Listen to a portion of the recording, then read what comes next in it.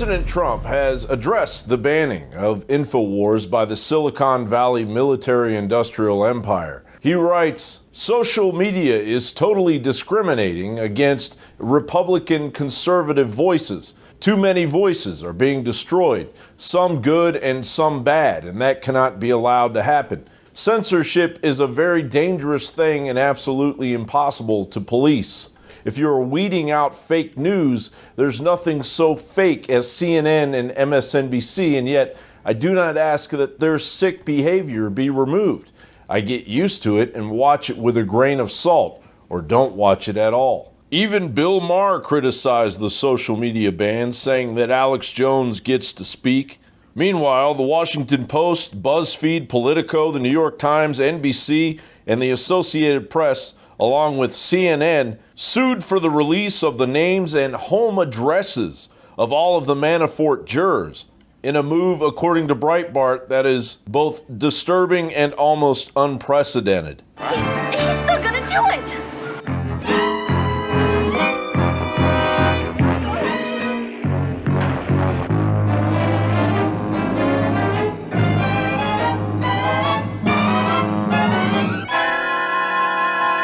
The mainstream media is truly jumping the shark.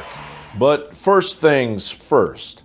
Hello, my name is John Bound. I've been working with InfoWars for almost 7 years. Let me first explain who I am politically. I'm not on the left or the right.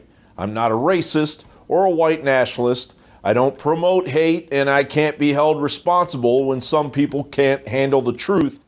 You want answers? I think I'm entitled. You want answers? I want the truth! You can't handle the truth! I chose this middle road long ago to fight for our Bill of Rights and our Constitution and the survival of the American dream. After learning of the widespread foreign interests and internal corruption that has sought to destroy the free republic our ancestors paid for with genius, toil, and blood, and I mean all of our ancestors.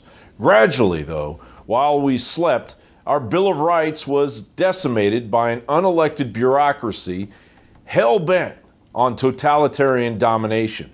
Today, tax-paying Americans are rats in a cage, enduring a globalist-controlled Federal Reserve, a Godzilla-level surveillance state, a mockery of property rights that creates civil asset forfeiture, unyielding treason by the power-mad and well-connected.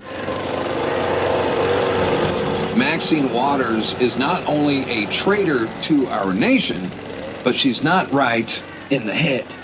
In fact, the only people who are crazier than Maxine Waters are the people who support her. And impeachment, impeachment, impeachment. And I will fight every day until he is impeached. Alphabet government agencies and the Mockingbird media Goliath colluding to overthrow our duly elected government, not to mention bone cancer causing and IQ dropping fluoride in our water, according to Harvard University. Yeah, they all sound like conspiracy theories, as the mainstream media would have us all believe, but unfortunately, it's all true. And now America is under the new totalitarianism, spearheaded by Google, Facebook, and all the other anti-American social media outlets, with a completely unconstitutional shadow banning followed by a full-on banning of alternative media. Americans can now return to their legalized propaganda fest of spun narratives like the outrageous watering down of a horrendous terror cell in New Mexico. Today, I read the now reigning publications as the left celebrates its boot-stomping control of our First Amendment introduced to Congress just 229 years ago. The hysterical left celebrates with more of their childish name-calling and disinformation. But joining me now is Oliver Darcy, CNN senior media reporter, who's been leading the way on these questions about Alex Jones. Are Twitter's answers satisfying? Well, one, it sounds kind of comical that he thinks that putting Alex Jones in a Twitter timeout for a week is going to really affect his behavior. Even the current policies that are put in place for reporting harassment, they don't seem to be working. And it's curious why, he doesn't have any answers. He doesn't have any answers for today. Right now, how can Twitter better affect the discourse on politics? And it's just kind of baffling, too. Infecting the American public, rapidly destroying our most fundamental right penned by James Madison, the First Amendment.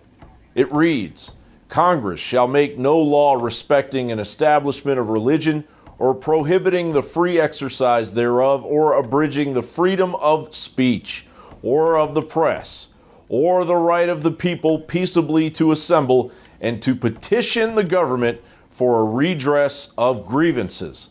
Ironically, it is the very giants of technology InfoWars has been warning you about for years that have used their corporocratic ties to defend their private and unelected branch of the United States government with total power over our First Amendment. Silicon Valley and its hubris-riddled leftist ideals have bamboozled the American citizen by making trillions digitizing our First Amendment process and hijacking the narrative, condemning those that would petition the government for a redress of our grievances. People know what's true. They can smell it. You can't stop them from knowing that. You can't control their minds. You can only humiliate yourself and undermine your own authority by trying. Our childish billionaire overlords may be geniuses, they say they are, but they don't understand that. Someday soon they will learn, and that is a comforting thought at a time like this. I'm not asking for a handout, as the left's wave of socialist Democrats would have us do with what is left of our tax dollars. I'm simply asking for the restoration of the Bill of Rights, as they are written, on their face, as they were intended. This is the America that deluded swine like Governor Cuomo have forgotten existed because he and his corporocratic cronies, both Democrat and Republican, have personally trampled what made America great.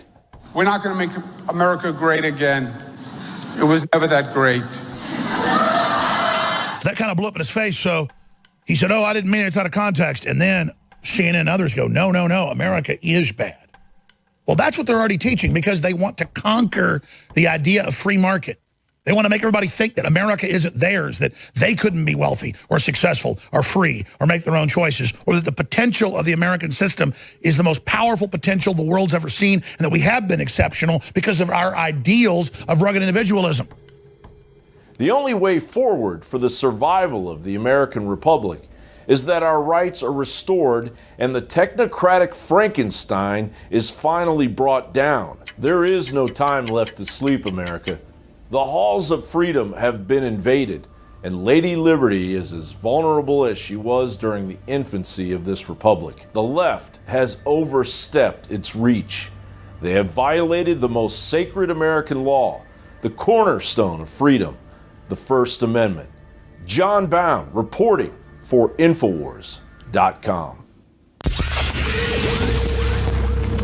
If you are receiving this transmission, you are the resistance.